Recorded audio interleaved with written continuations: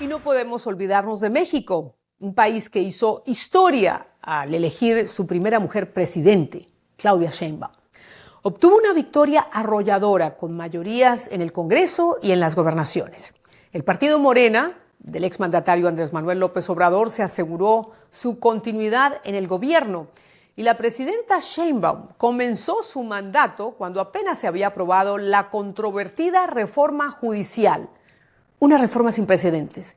México adoptó un sistema en el que miles de jueces, ministros y magistrados del Poder Judicial Federal serán elegidos por voto popular. Claramente, México tiene un problema muy grave de justicia y claramente hay que hacer una reforma al sistema de manera integral.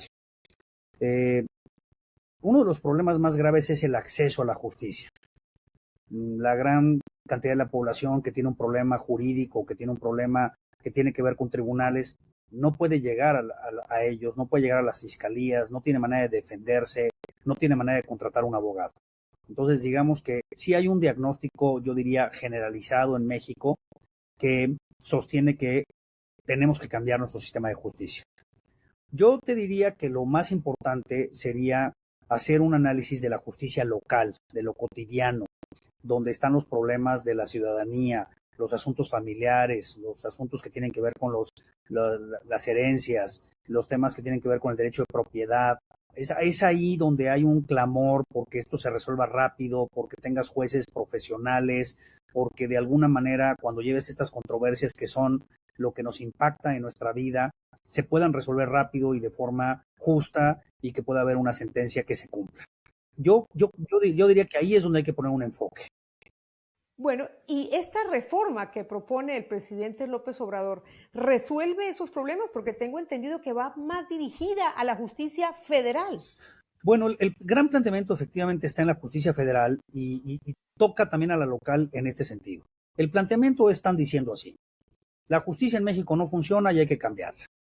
Y la propuesta que tenemos para cambiarla es la siguiente: vamos a quitar a todos los jueces y a todos los magistrados y a los ministros de la Corte. También vamos a quitar a todos los jueces locales y vamos a proponer que ahora todas esas personas sean votadas en casillas, en urnas, y que entonces la justicia sea del pueblo, que es así como se vende, y con eso vamos a resolver el problema. Con eso, quitando a todos los jueces y poniendo unos nuevos que lleguen por votación, con eso tenemos resuelto el problema. Y lo que han dicho los expertos, lo que hemos dicho los abogados, es decir, oigan, no por cambiar a una persona, independientemente del proceso que se siga, porque el proceso electoral implica muchas otras cosas, no vas a resolver el problema de justicia. Van a seguir los mismos juicios, los mismos problemas, las mismas faltas que hay todos los días. Lo que se está vendiendo en México es que quitando a todos los jueces y votándolos en una elección, con eso, casi por obra de magia, vamos a tener una mejor justicia y va a funcionar todo de una manera impecable y todo se va a resolver de una manera rápida y expedita. Entonces la gente está preocupada que los jueces se van a dedicar a buscar votos en lugar de, bueno, hacer su trabajo. ¿Cómo va a ser la selección de esos jueces? ¿Qué tan fidedigno, qué tan bueno es efectivo el proceso? Pues para empezar, lo que se está diciendo es que va a haber muy poquitos requisitos para ser juez. Basta con tener una cédula que le llamamos en México una cédula de abogado, una cédula profesional, y que te den una recomendación tus vecinos, con unas cartas de recomendación. Con eso te vas a postular para poder ser juez y como bien se señala, pues entonces vas a buscar ser popular, quizás vas a buscar dinero de algunos de los factores de poder, del crimen organizado, de las corporaciones para que te promuevan como juez y no importan entonces tus conocimientos, tu experiencia, tu honestidad, tu imparcialidad, tu autonomía, porque un juez claramente no dicta resoluciones populares. Cuando tú entras a un juzgado y pierdes el juicio, pues te sientes mal, te sientes que perdiste y que no te dieron la razón. Los juzgados no son populares, no están diseñados para ganar elecciones, están diseñados para resolver problemas de justicia. Y ahora vas a poner a miles de personas a competir en una elección, que además la experiencia internacional dice que estas elecciones participan muy pocas personas, hay muy poca participación de la sociedad. ¿Y qué dice el gobierno frente a esos cuestionamientos serios? Pues mira, lo que hemos visto es que el presidente está obsesionado con esta reforma. Lo que se comenta en México es que el presidente, pues durante estos 6 años que están por terminar, su gestión el último día de septiembre, el presidente lo ve como una revancha, porque vio que el Poder Judicial lo podía frenar, le podía parar algunos proyectos, le podía declarar leyes inconstitucionales. Entonces el presidente siempre estuvo en conflicto con el Poder Judicial, siempre lo vio como un enemigo, como un adversario, como alguien que era un obstáculo para el proyecto de la transformación que él planteaba. Y entonces ahora lo que comentamos es que más que una reforma es una revancha, más que una reforma es una venganza para quitarlos a todos y poner a personas que provengan de esta estructura de partidos y de votaciones, y no se está haciendo una reflexión profunda de cómo vamos a tener mejores jueces. Ser juez no es una broma, ¿eh? Ser juez tampoco es una ocurrencia de tómbolas o de ir a unas votaciones.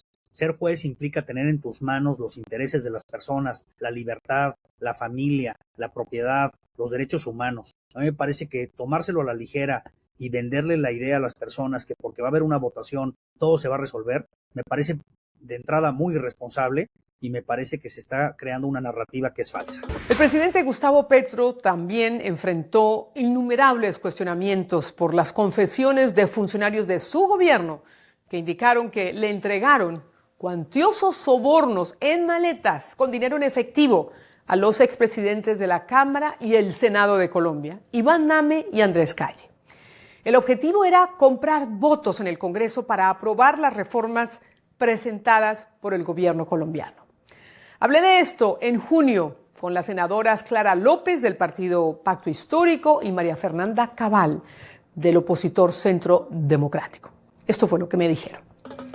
Le decía que toda esta aprobación de la reforma pensional se da en medio de otro gran escándalo de corrupción que enfrenta el gobierno y que tiene que ver con las denuncias que se han hecho en torno a la unidad de riesgo, las denuncias que han hecho especialmente su subdirector, el señor Snyder Pinilla, quien dice que el dinero que se malversó en esta entidad se utilizó en parte para comprar los votos del Congreso para que le aprobaran las reformas al presidente Petro. Lo grave, senadora, es que en medio de las denuncias, esta persona dice que se le pagó sobornos al presidente de la Cámara de Representantes y al presidente del Senado. Y la sensación que tiene la población es que, aún con estas gravísimas denuncias, no pasa nada. El Congreso sigue su marcha, no hay ningún procedimiento, ningún proceso, por lo menos para determinar responsabilidades políticas. Efectivamente, estamos ante un escándalo de corrupción muy delicado, ya está en manos de la Fiscalía. El Congreso como tal no tiene atribuciones de juzgamiento sobre esos funcionarios, solamente sobre los propios congresistas o el presidente de la República. Entonces, más allá del debate público, del debate político, hay que esperar lo que diga la Fiscalía General, porque ellos están en un principio de oportunidad. Si llegan a un acuerdo, se dará el principio de oportunidad, si no, tendrán que ir a juicio. Lo que pasa es que es un gobierno tramposo que usa todo tipo de extorsiones. Una de ellas ya hemos visto bajo las declaraciones de Olmedo y Snyder, que es diciendo vulgarmente aceitar al Congreso.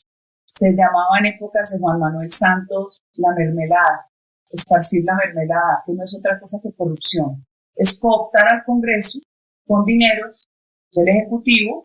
Eso ha sucedido en muchas ocasiones.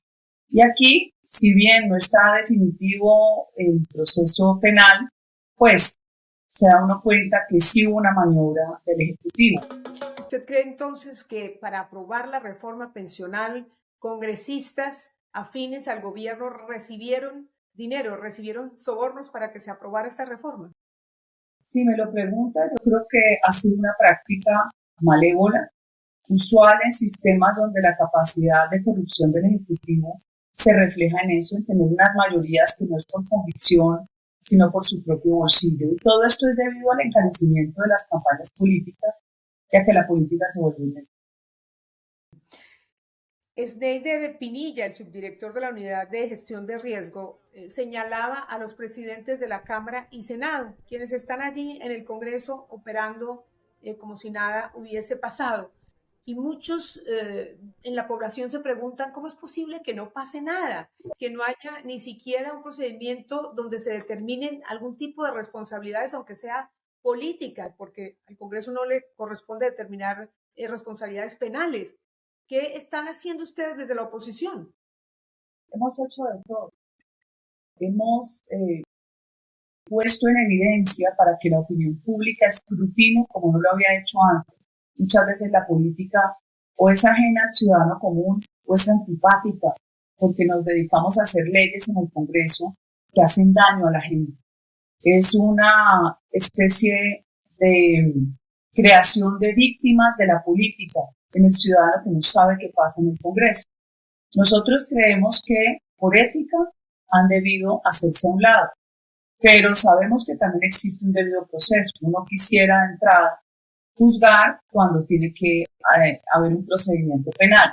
De todas maneras, queda en el aire ese tufillo corrupto de lo que es la forma en que las leyes se tramitan en este país. Y si además el gobierno tenía la capacidad de corrupción del Congreso, tampoco había logrado las mayorías. Por eso termina con una proposición absurda, que es la que yo creo que, a mi juicio, si la Corte Constitucional le pierde el miedo al gobierno, decidirá que se caiga esta reforma pensional, si no total, por lo menos parcial. A pesar de las confesiones y delaciones de algunos involucrados, este gran escándalo de corrupción que enfrenta el presidente Gustavo Petro avanza muy lentamente en los tribunales colombianos. ¿Qué pasó? ¿Qué pasó con lo que pasó?